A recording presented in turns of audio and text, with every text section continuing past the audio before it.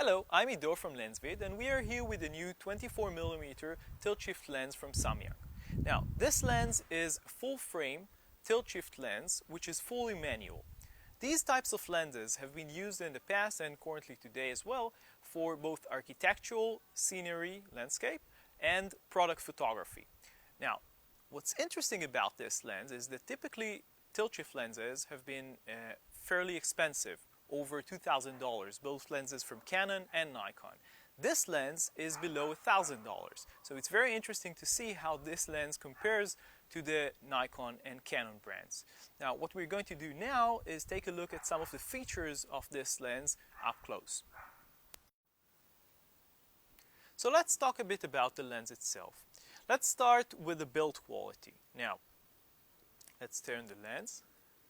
If we look at the front section of the lens, we have a ring which controls the focus. It's fairly nice. It's not as smooth as maybe the ring on the 16mm lens from Samyang, but it's fairly okay. We also have a ring to control the aperture, which moves in clicks. This lens starts at 3.5, which is slightly higher than what you have on the Canon and Nikon, which is usually 2.8. It starts at 3.5 and you can get until up to f22. So this is what you have on the lens itself, and as you can see, it moves in small clicks.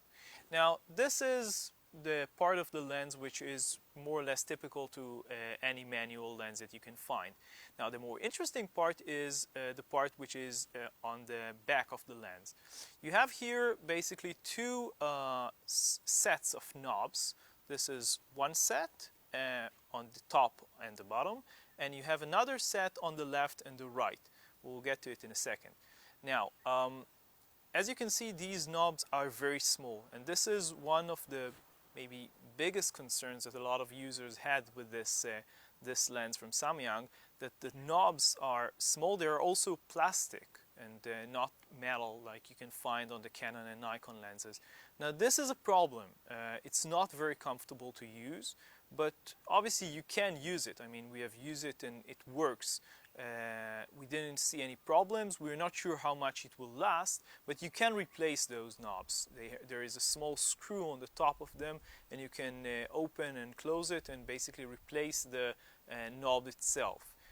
The reason I think that the knobs are so small is that we have discovered that when you flip the lens, and we will show you in a second how you can do this, the knobs get very, very close to the top end of the camera. So if you made the knobs larger, the knobs themselves could have somehow affect or interact with the camera itself, and this would disrupt the mechanism of the lens. So this is a problem. So what can you actually do with the tilt and the shift in terms of how you can control them? So first of all, you have to open the bottom knob here. And on the upper knob, you can actually move the lens right and left. This is the tilt. Let me show you in the front how it looks. What you can actually do is control the tilt from here to here. So this is the tilt. Let's close it. You have to close the bottom knob each time you actually finish with using it, because otherwise, if you keep it open, the whole thing can move accidentally, and this is not something that you actually want. So be sure to close it. Now this is the tilt. Now let's look at the shift. You open the shift on the opposite side, on this side, the gray bottom, and with the black bottom you can actually control the shift. This is a shift which goes downwards. You have a control of about 12mm up and 12mm down with the shift. So this is downward, this is center, and this is upward, center, and downwards. And you can obviously go back and lock the shift on this side. Now, apart from the tilt and shift, you have another option which allows you to actually turn the entire lens, the entire tilt shift mechanism. Now, as you can see, there are two small levers here. This one and this one, I'm not sure if you can actually see it. It's very close to the body and not very comfortable to use, but this is how it works. If I press this lever, what I can actually do, I'm not sure if you can actually see this, you can actually rotate the entire tilt mechanism on its head. And what you get is basically the ability, now you can control the tilt and you can move it downwards about 8.5 degrees, or upwards again about 8.5 degrees. As you can see, it's not very comfortable. Sometimes it's more comfortable to actually move the tilt or the shift with your hand instead of actually using the knob, because the knobs are so small, and in this case you can see they're very close to each other, so it's not very comfortable to use, but this is how it's actually made. So you can control them, not extremely comfortable, but it works. So this is what you can actually do. As we said, this is the lever for the tilt. You have the same lever for the shift, so you can actually turn the entire thing. And now you can, if I open this, as you can see, it's very close to the upper side of the lens, so it's not extremely comfortable, but you can move the entire shift of the lens. You can shift the lens from left to right.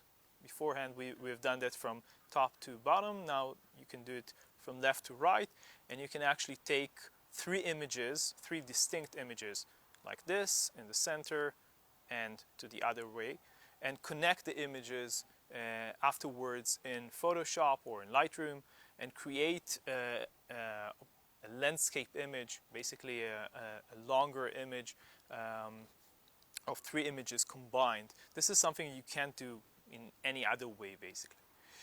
So we've covered the operation of the tilt and the shift. Let's talk a bit about the image quality of this lens.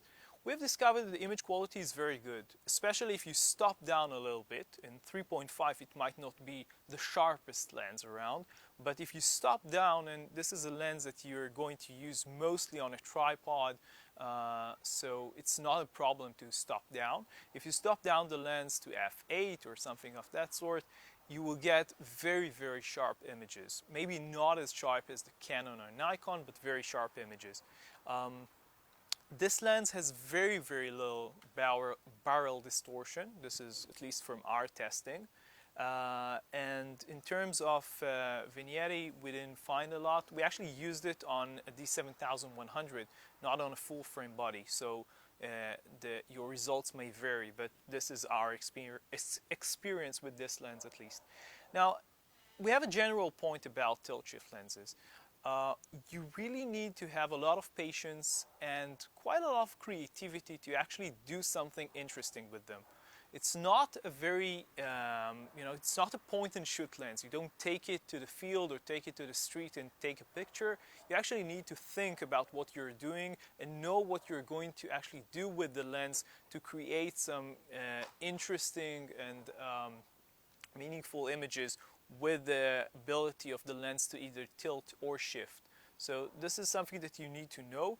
Another thing which is important is obviously that this is a fully manual lens. You're not getting any control. You don't have focus. It doesn't tell you when the lens is focused. And another thing is that you don't get any information in the EXIF. So there is no information moving from the lens to the camera itself. This is something which is unique to this lens from Samyang.